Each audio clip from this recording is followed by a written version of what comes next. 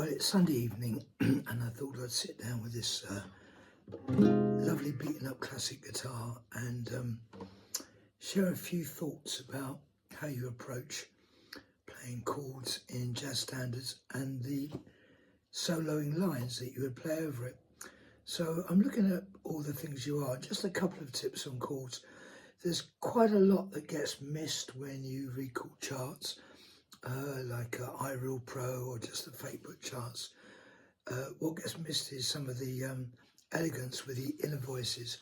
So I'll give you for instance, I'll just do this finger style. So all the things you are: F minor, B flat minor, and you often hear E flat 2, A flat. So this is a good position to do the chords if you haven't got a bass player, because you can walk.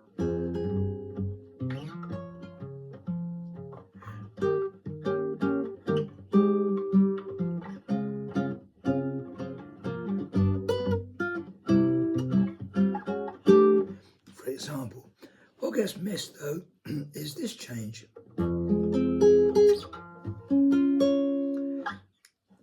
E flat major 7, E flat 7 to the A flat chord. You've got this descending line.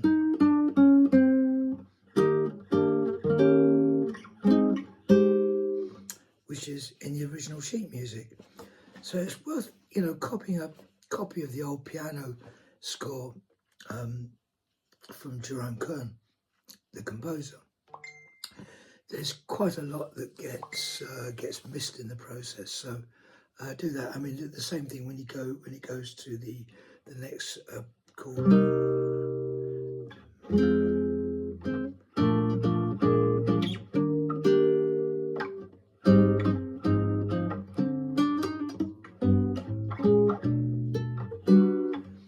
So have a look.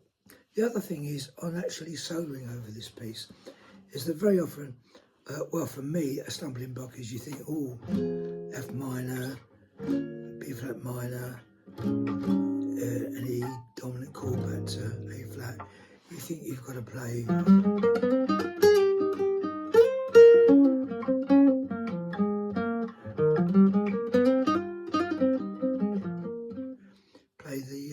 those kind of changes over each chord. My method is to look at where the harmony is going. So the first 4 chords are F minor, B flat minor, E flat dominant to A flat.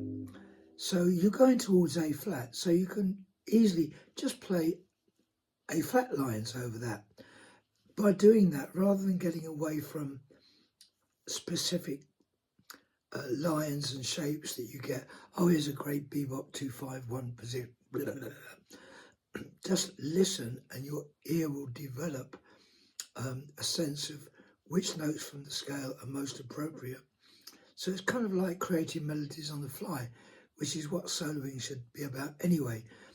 You're not having an exam where you're replicating famous 1-6-2-5-1 progressions from notable tutors or guitarists.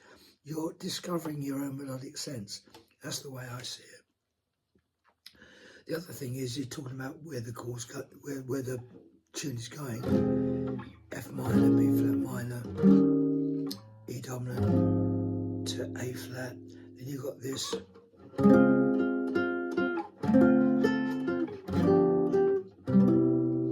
So you've got a bar of D flat, then you've got this 2-5, which is D minor to G to C. What I would play on that, I would play a bar over D flat, and then 3 bars over C, because you're going to, C is the resulting chord. So you want to anticipate where that changes are going to. So let me just do a chorus of this.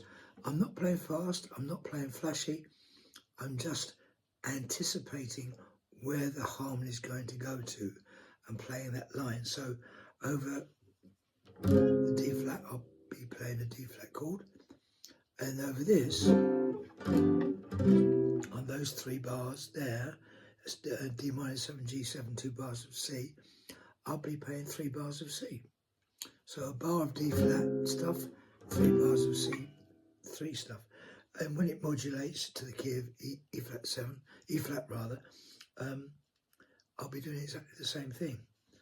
So for the first 4 bars, I'll be playing over playing A flat stuff instead of F minor, B flat minor, E7, A flat. I'll just play all A flat stuff. The next 4 chords, C minor, F minor, B flat 7 to E flat, I'll be playing all E flat stuff. Let's see how that works out.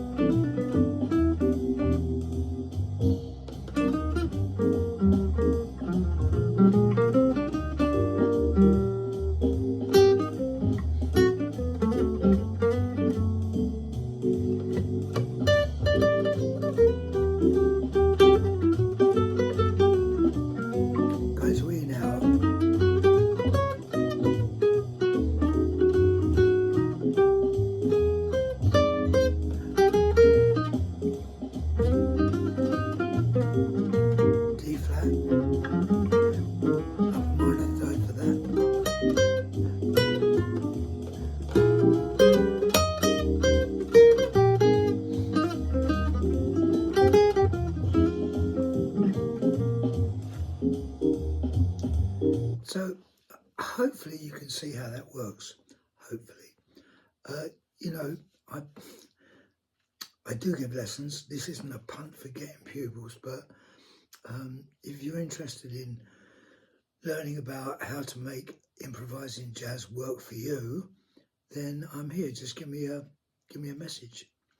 Okay, enjoy the rest of your Sunday evening.